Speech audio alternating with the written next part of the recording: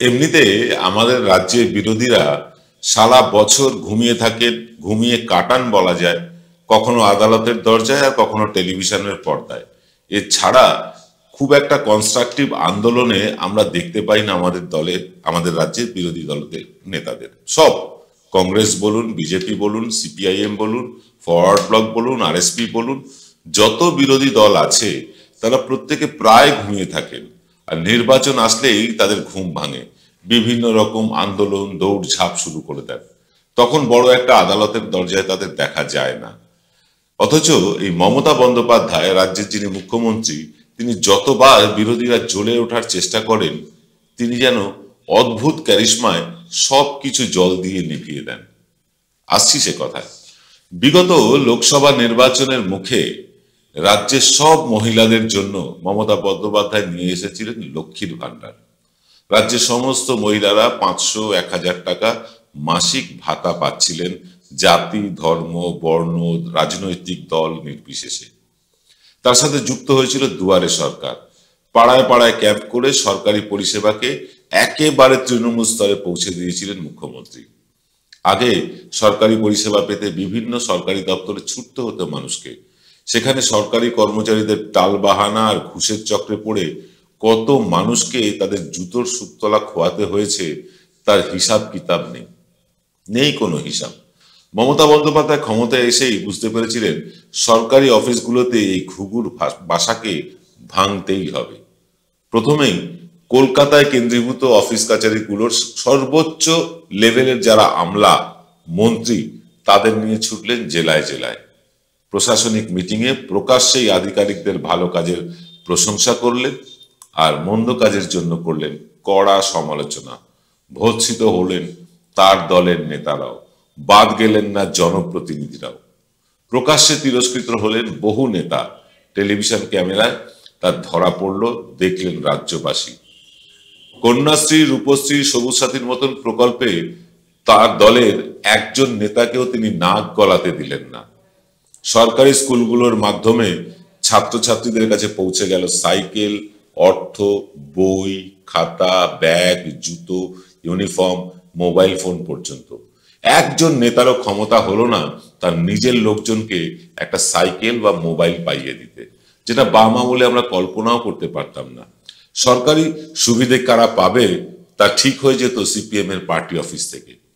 কমরেডদের বাড়ির লোকজনকে সরকারি পরিষেবা পাইয়ে দিতে লিস্ট তৈরি হতো সেখানে। মমতা ব্যানার্জি প্রথম সরকারি কাজে দলের হস্তক্ষেপ করাটাকে মিটিয়ে দিলেন চিরতরে।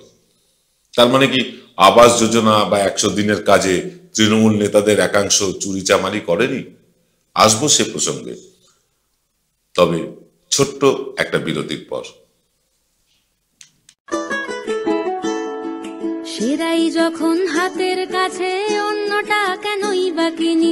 আজ বাঙালির ঘরে ঘরে একটাই নাম সুন্দরিনী, সুন্দরিনী, সুন্দরিনী, সুন্দরিনী, সুন্দরিনী। জয়গুরু রত্নভান্ডার জ্যোতিষ সীমা। এখানে গোল্ড মেডেলিস্ট জ্যোতিষী বসেন। হাই কোয়ালিটির আসল গ্রহরত্ন সবচেয়ে কম দামে এখানে পাওয়া যায়। স্থান বেলঘড়িয়া, রানী পার্ক, বটতলা, 2 নম্বর রেলগেটের নিকটে। 9681345722 এবং 9007778922। আলবাত চুরি হয়েছে, 100 বার চুরি হয়েছে। ভুয়ো জব কার্ডের মাধ্যমে প্রচুর টাকা পয়সা কিন্তু নয়ছয় হয়েছে। আবাস যোজনার সুবিধা পেতে জনপ্রতিনিধিদের ঘুষও দিতে হয়েছে, এটা অস্বীকার করবার কোনো জায়গা নেই। রাস্তাঘাট তৈরিতে কাউন্সিলর, বিধায়ক, মানে ঠিকাদার থেকে অনেকেই, মানে যারা কাউন্সিলর, বিধায়ক বা এরকম জনপ্রতিনিধি আছেন, তারা কিন্তু অনেকেই ঠিকাদারদের থেকে 3 থেকে 30% পর্যন্ত কাটমানি বা কমিশনও খেয়েছেন। এটা পুরনো প্রথা, সারা দেশে এসব চলে। বাম আমলেও হয়েছে এই বাংলাতে, মানুষ এসব জানে।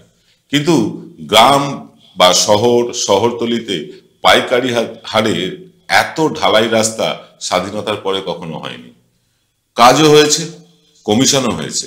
কিন্তু বিগত বিধানসভা নির্বাচনের মুখে লক্ষ্মীর ভান্ডার প্রকল্প নিয়ে এসে সব কিছু যেন ওলট পালট করে দিলেন মুখ্যমন্ত্রী এক লহমায়। দেশের প্রধানমন্ত্রী থেকে শুরু করে গোটা মন্ত্রিসভা, বড় বড় নেতারা যখন বাংলায় ডেলি প্যাসেঞ্জারি শুরু করলেন, দলিতের বাড়িতে পাত পেড়ে খাওয়া শুরু করলেন, অসংখ্য তৃণমূল নেতাকে গোটা বিমান বুক করে দলে দলে দিল্লিতে নিয়ে গিয়ে বিজেপির মেম্বার বানালেন, নেতা বানালেন। বাংলার নেতাদের দেওয়া ভুলভাল তথ্যের উপর নির্ভর করে আপকি বার 200 পারের হুমকিও দিলেন। মুরলীধর লেনের অফিস বাইপাসের ধারে 5 তারা হোটেলে কিংবা সল্টলেক আর হেস্টিং এর অফিসে বসে একটা কাল্পনিক মন্ত্রিসভাও গঠিত হয়ে গেল। সবই তো হলো, কিন্তু ওই লক্ষ্মীর ভান্ডারই সব কিছু বদলে দিয়েছিল বিধানসভা নির্বাচনে। দল মত নির্বিশেষে মহিলারা দুহাত তুলে সমর্থন করলেন মমতা বন্দ্যোপাধ্যায়কে। 200 পার করতে চাওয়া বাঘেদের তখন 77 আসন পেয়ে মুখ লুকোনোর মরিয়া চেষ্টা দেখেছিল রাজ্যবাসী। আগামী কয়েক মাসের মধ্যেই এসে পড়েছে আবার লোকসভা নির্বাচন। মমতা বন্দ্যোপাধ্যায়ের সরকার এবার বাজেটে লক্ষ্মীর ভান্ডারের বরাদ্দ বৃদ্ধি করলেন। যারা এতদিন লক্ষ্মীর ভান্ডারে পেতেন 500 টাকা, তারা এখন থেকে পাবেন 1000 টাকা, আর যারা পেতেন 1000 টাকা তারা পাবেন এখন থেকে 1200 টাকা করে। এই এক ঘোষণাতেই বিরোধী দলগুলোর মধ্যে কিন্তু চাপা টেনশন শুরু হয়েছে, সেটা লক্ষ্য করা যাচ্ছে। যে বামপন্থী নেতারা লক্ষ্মীর ভান্ডারকে ভিক্ষা বলে কটাক্ষ করতেন, তারা কি বলবেন ভেবে উঠতে পারছেন না ক্যামেরার সামনে। হকচকিয়ে গিয়েছেন বিজেপির এক এবং একমাত্র নেতা শুভেন্দু। মমতা বন্দ্যোপাধ্যায় পারতেন মহিলাদের এই ভাতা বৃদ্ধি না করে গ্যাস সিলিন্ডার পিছু সব 5 টাকা ভর্তুকি দিতে এবং সারা দেশে একটা চমক সৃষ্টি করতে পারতেন। তাতে রাজ্যের কোষাগারে হয়তো কিছু টাকা সাশ্রয়ও হতো। কিন্তু গিমিকের রাস্তায় গেলেন না মমতা। তিনি বাড়িতে 3 জন মহিলা থাকলে 3 জনকেই 1000 টাকা করে দেওয়া শুরু করলেন। 3 জন মহিলার জন্য যে খরচ হয়, বাড়িতে একটা সিলিন্ডারে 500 টাকা দিলে তার থেকে অনেক বেশি কম খরচ হতো এবং সরকারের সাশ্রয় হতো। কিন্তু তিনি সরাসরি মহিলাদের আর্থিক সাহায্য দিয়ে কিছুটা আত্মনির্ভরশীল করার চেষ্টা করলেন। মিডিয়া এবং সিপিএম এবং বিজেপিও যতই সন্দেশখালী নিয়ে ব্যস্ত থাকুক, রাজ্যের মহিলারা কিন্তু মমতার এই সিদ্ধান্তে বেজায় খুশি। আমরা বহু মহিলার সাথে কথা বলেছি, আমাদের প্রতিনিধিরা গিয়ে কথা বলেছেন, তাদের কাছে সন্দেশখালীর থেকেও বড় খবর এই 1000 টাকা হয়ে যাওয়া লক্ষ্মীর ভান্ডার।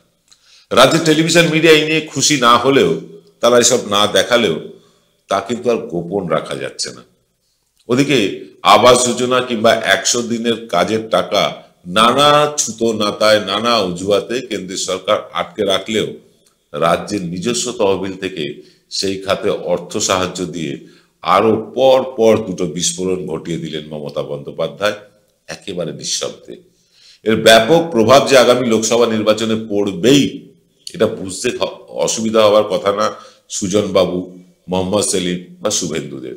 মিডিয়ার মাধ্যমে তারা সন্দেশখালীকেই ন্যারেটিভ করতে চাইছে, কিন্তু এটা তারা বুঝতে পারছে না যে কামদুনির মতন সন্দেশখালী ইস্যু কিন্তু কয়েকদিনের মধ্যে থিতিয়ে যাবে, কিন্তু প্রতি মাসে প্রতিটি মহিলার কাছে পৌঁছে যাবে 1000 থেকে 1200 টাকা।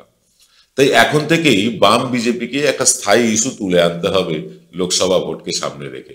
শুধু টেলিভিশন চ্যানেলে গিয়ে রাজ্যে বাম বিজেপি আগেও ভালো ফল করেনি, এবারও করবে না। শুধু টেলিভিশন চ্যানেলে বাইট দিয়ে বা ডিবেটে অংশগ্রহণ করে কোনো দল তাদের ফল ভালো করতে পারেনি, তৃণমূলও পারেনি। তৃণমূল যেটুকু ভালো ফল করছে মমতা বন্দ্যোপাধ্যায় রাজ্য জুড়ে উন্নয়নের ফলে। কি মনে করেন আপনি এই ব্যাপারে আমাদের কমেন্ট করে জানান। আর আপনারা যারা আমাদের পাশে থাকতে চান তারা আমাদের বিজ্ঞাপন দিতে পারেন। মাত্র 500 টাকা এবং 2000 টাকার বিনিময়ে সারা মাস বিজ্ঞাপন দিতে পারেন। আর আমাদের সাবস্ক্রিপশন যারা নিয়েছেন, এখন পর্যন্ত 67-68 জন মানুষ বিজ্ঞাপন আমাদের সাবস্ক্রিপশন নিয়েছেন। প্রতি মাসে 100 টাকা করে তারা আমাদের সাবস্ক্রাইব করছেন। আপনিও যদি সাবস্ক্রাইব করতে চান, পাশের নাম্বারটিতে আমাদেরকে ইউপিআই করে দিতে পারেন, গুগল পে, ফোনপে, সেই নাম্বারটিতেই আপনি ফোন করে বিজ্ঞাপন বুক করতে পারেন, অথবা আমাদের ব্যাংক অ্যাকাউন্ট নম্বর ডিটেল চেয়ে নিতে পারেন। নাম্বারটি হলো 9830075869। আর এই অনুষ্ঠান যদি ভালো লাগে আপনারা সাবস্ক্রাইব করতে ভুলবেন না। ভিডিওটি ভালো লাগলে লাইক করতে ভুলবেন না, ভালো না লাগলে ডিসলাইক করতেও ভুলবেন না। আমরা আপনার কমেন্টের অপেক্ষায় থাকবো। দেখা হবে আজ রাত নমস্কার।